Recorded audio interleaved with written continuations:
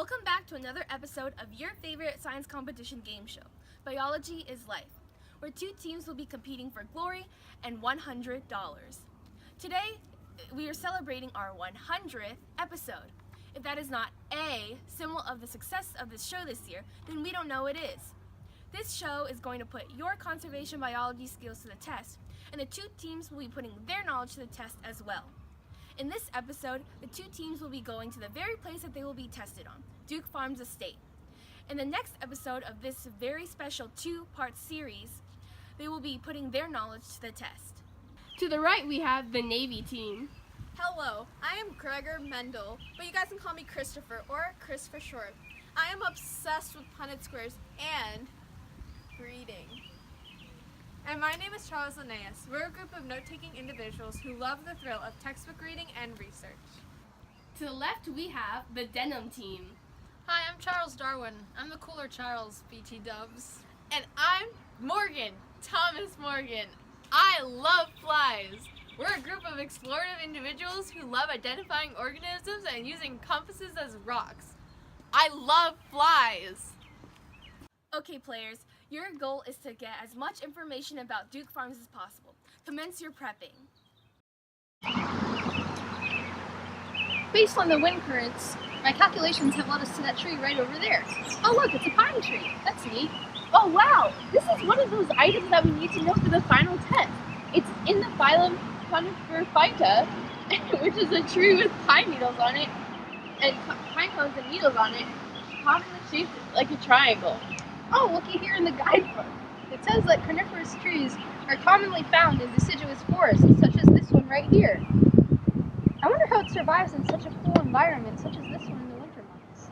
You know, I think I read about that in one of my fly encyclopedias. There are a lot of cool adaptations that allow this tree to be fit for environments such as this one. The needle-like leaves covered in a waxy cuticle that waterproofs the leaves and provides protection from the ultraviolet radiation on them, allowing the trees to survive in harsher, colder environments. The small surface area on the leaves also helps to reduce evaporated water loss. They produce pine cones as a reproductive structure rather than flowers, and they stay green all year round and keep their leaves all year round. Conifers can photosynthesize at high rates and even at low temperatures, which compensates for their small surface areas, and the small surface area also allows the conifers to not to accumulate too much snow, which would weigh down the trees. Oh, cool. Yeah, they also provide homes for many forest creatures, such as squirrels and birds. Birds are a type of tree in this phyla, and they are usually used as Christmas trees. While I was prepping for the prep, I came across some really neat information about Duke Farms. They provide many ecological services here, and each one makes a process like the water cycle more efficient, reusable, and healthy for the ecosystem. Interesting. I say we start at the lake and start checking out some of the ecological services.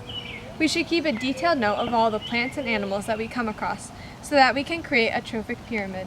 Will do, but can we just take a moment to look around at all the beautiful trees and nice scenery? We don't have time to do that.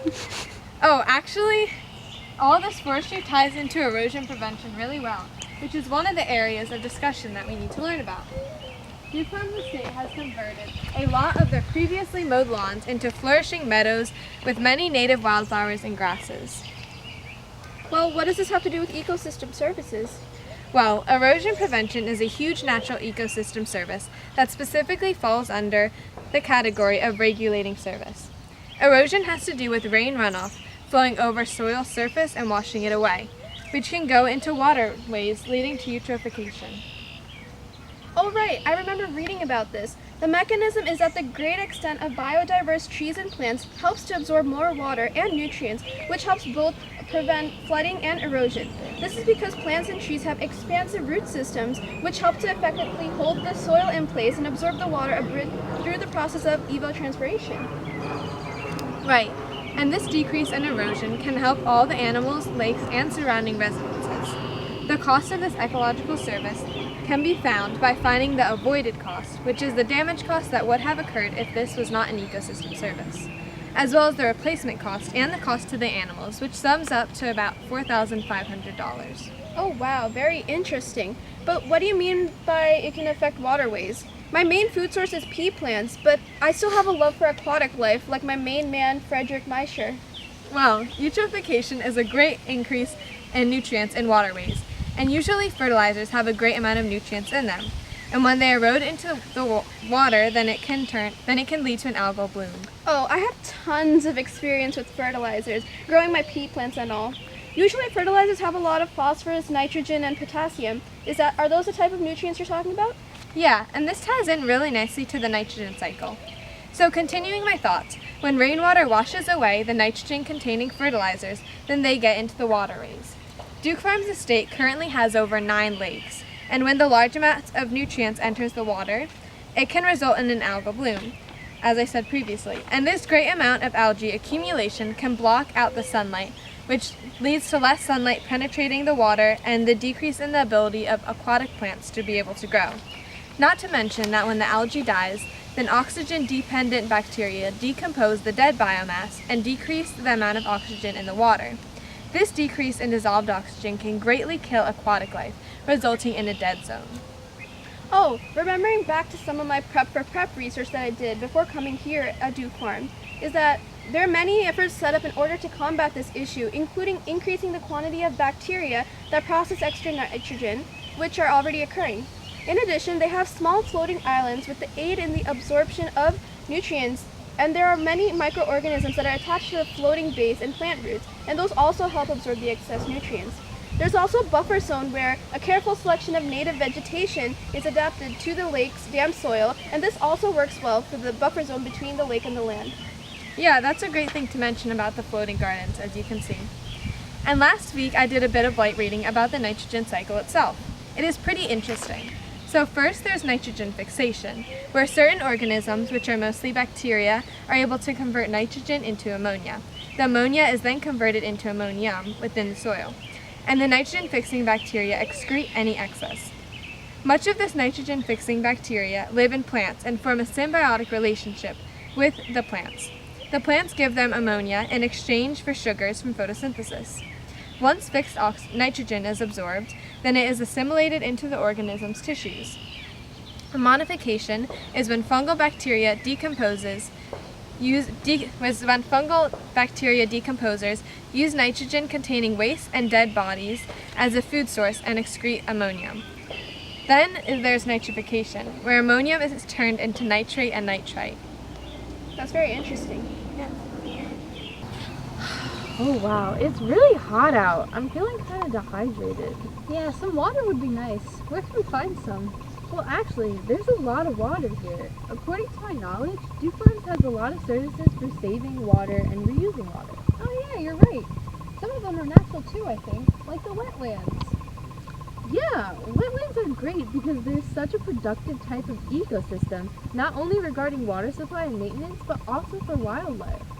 So, what exactly is so great about them? Well, wetland plants have deep roots. They help stabilize the soil and control flooding by soaking up runoff water from urban areas and waterways. They also naturally filter and clean the water before it enters again into the water supply. Oh, I bet these wetland plants also serve as a source of food and shelter for a lot of wetland wildlife. Like this wool grass here. I know that some primary consumers that eat it are muskrats and geese, and also birds and insects use it for shelter.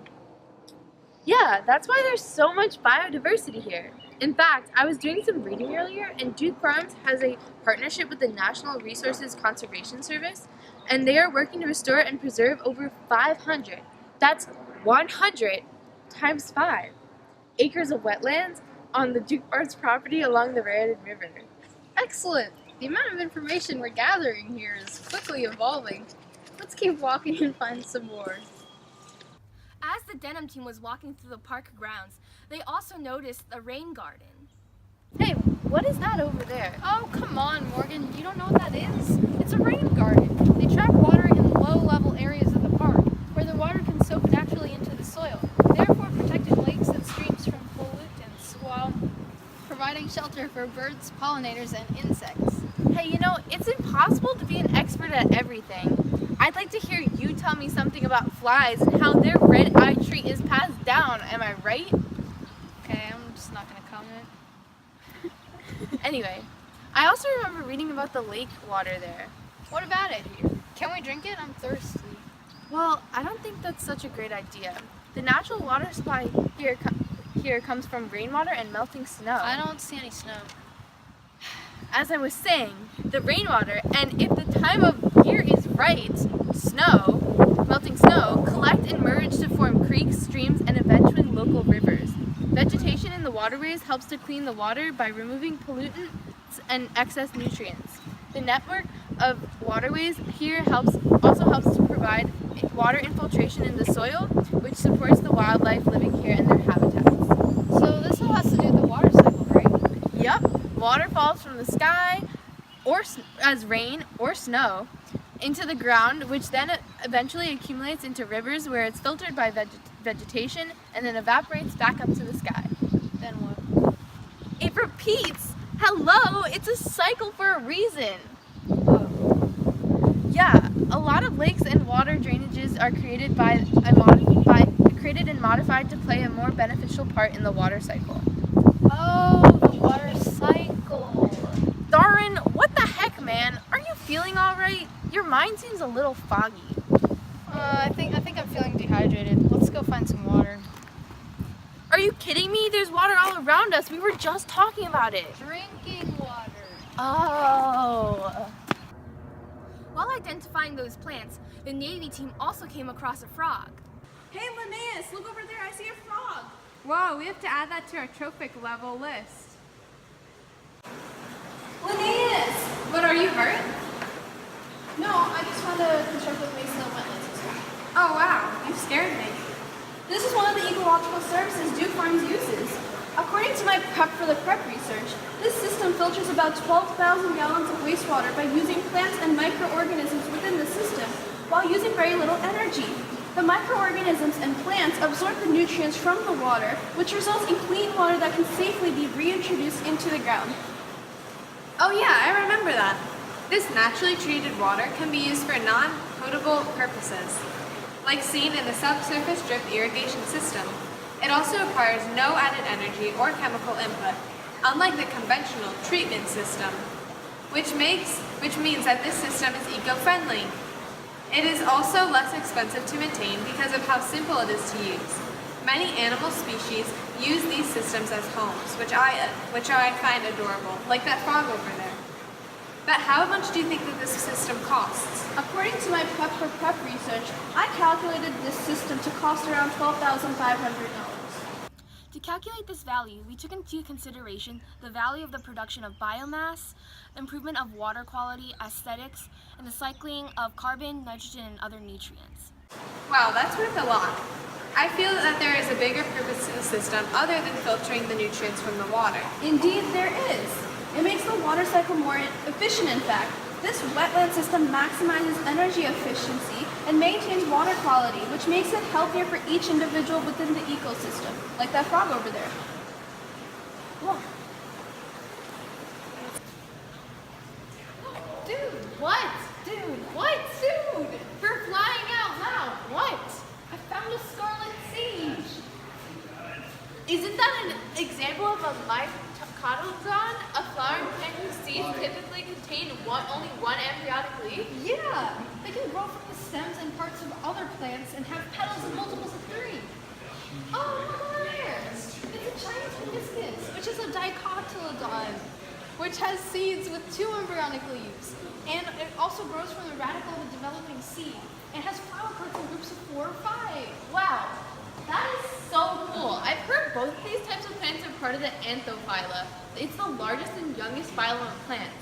They have developed adaptations to help them compete for sunlight and can grow as trees, shrubs, bushes, herbs, and small flowering plants. Also, all plants in this phyla have flowers at some stage in their life, and through means of these flowers are able to exchange genetic information. Their smaller female reproductive parts allow them to produce seeds more quickly. Darwin, where'd you go, man? Whoa, a fern! Wait, really? Ferns are vascular plants that reproduce via spores have neither seeds nor flowers. They're a part of the pterophylla. It's that most leaves are compound with rachis, which in the stem of the plant, and numerous pinnae, which is the primary division of the leaf. Almost all of the serpinate venation, or the manner in which the fern frond emerges. As the fern frond is formed, it's tightly curled so that the tender growing tip of the frond and each subdivision of the frond is protected within a coil. These unroll as they mature. I also heard that fern sperm are released through pore at the tip of the antheridium. They swim through external water to the opening at the top of the archegonium and down the neck to the egg where fertilization takes place. The zygote divides within a few hours after fertilization and is supplied at first with nutrients through an absorbing foot attached to the gametophyte. A green leaf soon pulls. Oh. Sorry, we didn't start from. Yeah, Okay. go. Just start at the line again. Go. There, no. Okay. I also heard that fern sperm. No, I meant a green. Oh, okay. Here you go. A green leaf soon pushes out from under the prothallus, which is the place where gametes are produced. Wow, this is so easy. We're flying through it. The other team is going down. Yeah, I think the only other phylum we need to know for the contest is the Lycophyta, which includes vascular plants, which have cells joined into tubes that transport various nutrients as well as water throughout the body. Specifically, lycophytes are club mosses. This special group of plants are the oldest extant group of vascular plants and exhibited on the earth 40 million years ago. Their vascular tissues and leaves are microphylls, having only a single vascular strand. Darwin, you're so dreamy. Linnaeus! What did you see? Another cool ecological service? Yeah, I see a vegetation buffer right over there. According to my Prep for the prep research, we get it. Geez, Linnaeus, your brain must be worn out from all that classifying of species you've been doing. You should really take a break. Don't tell me what to do. Anyway, vegetation buffers are these belts of dense vegetation along the waterways like over there that help prevent flooding, act as water filters for the stream, and these in turn help serve as a rich habitat for wildlife. And this is a highly efficient way to filter runoff for the rainwater. Right. When runoff water drains through roads or grassy areas, it absorbs a lot of nutrients that would lead to algae bloom, if not completely filtered before entering the body of water. Without these buffer systems, the nutrients will only be filtered by grass before it reaches the body of water, therefore making it very inefficient. Only then, filtering the water, it prevents soil erosion, which would make the land not suitable for farming. I can't find any animals yet.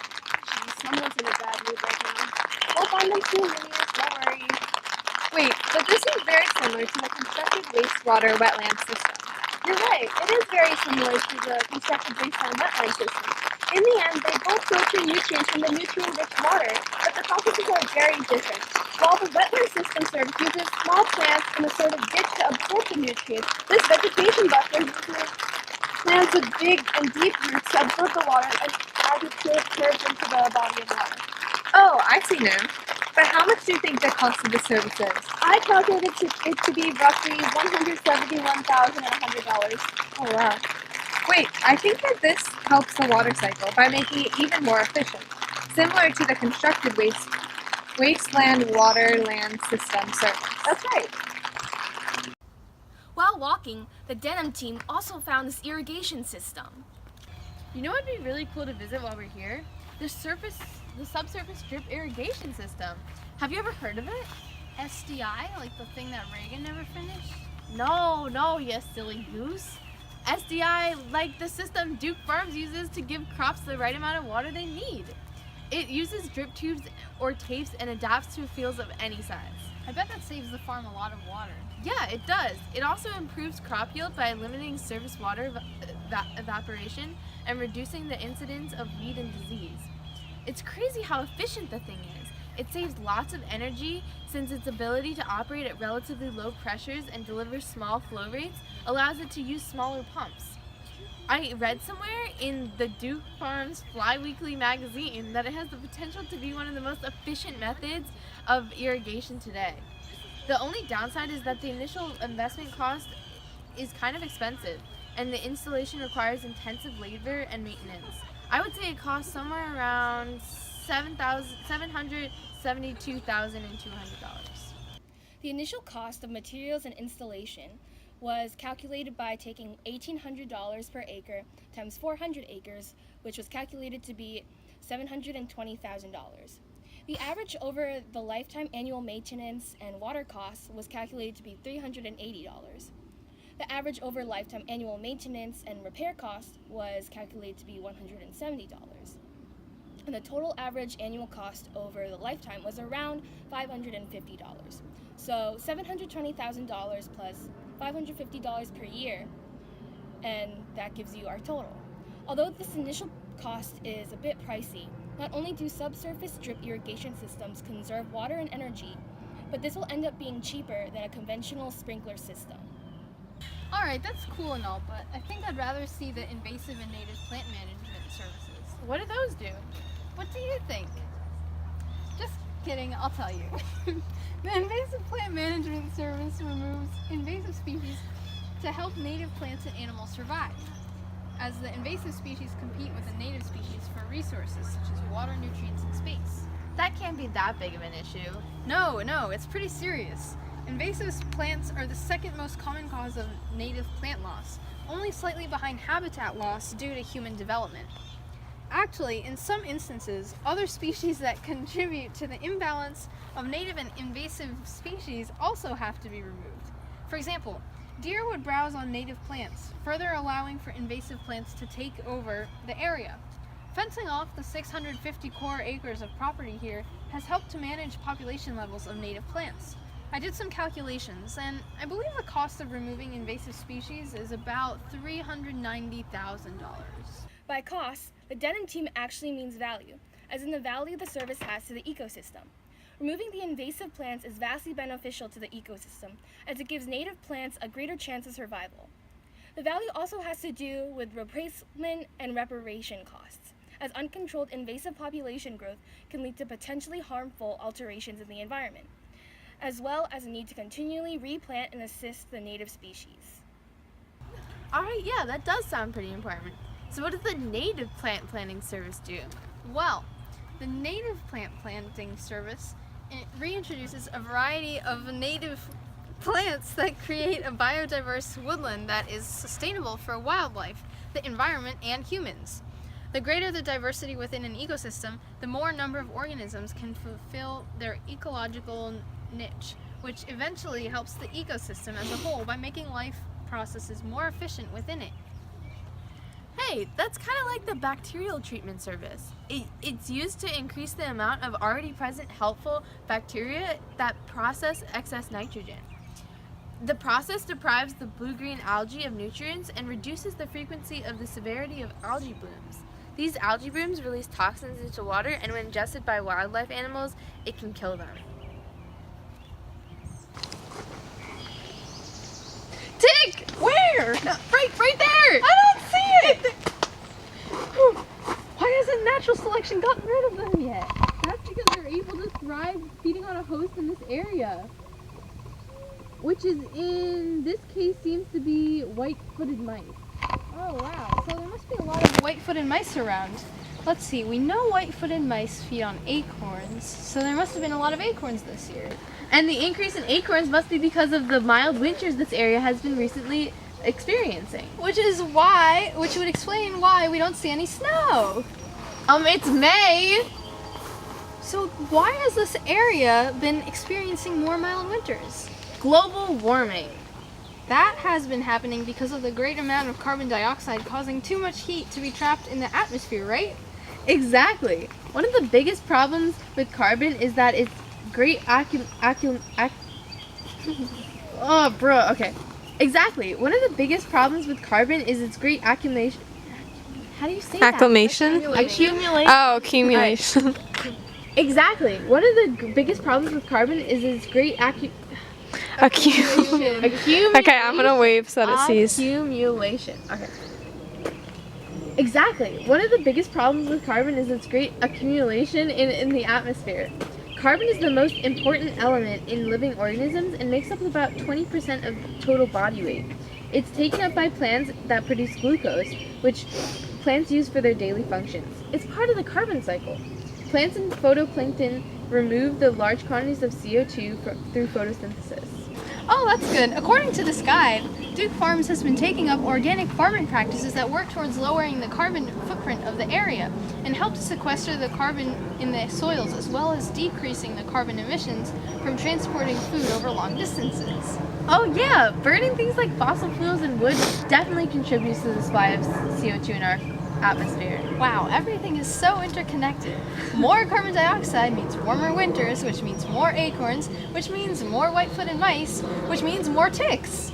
You know what would be a more beneficial population increase than ticks? What? Flies. The world needs more flies, not ticks. So you've been keeping a good list of all the plants and animals that we've seen so far, right?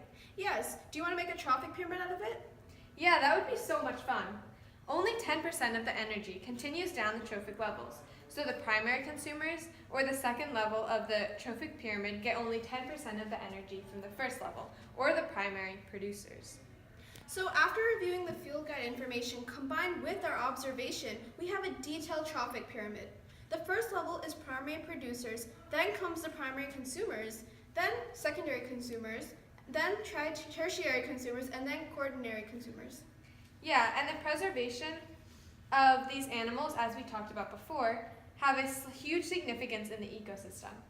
For example, in instances of the algal bloom, where it blocks out penetrating light, decreasing plants' ability to photosynthesize, which can result in the plants dying. This results in less biomass in the first trophic level, which means less energy circulation throughout the whole ecosystem. It seems as though an overall ecosystem services that increases the biomass of the land will increase the energy flow, creating a domino effect for all organisms. Yeah. Oh, that's bad. Thank you to the audience for viewing this week's episode, and thank you to the participants for playing. Tune in next week to see them go head-to-head and put their knowledge to the test. We hope this was an A+ viewing experience. Footprint in the area and help to sequester the carbon in the soils, as well as decreasing the carbon emissions from transporting food over long distances. Can you restart your line for me? Yeah. Okay. All right, go again quickly.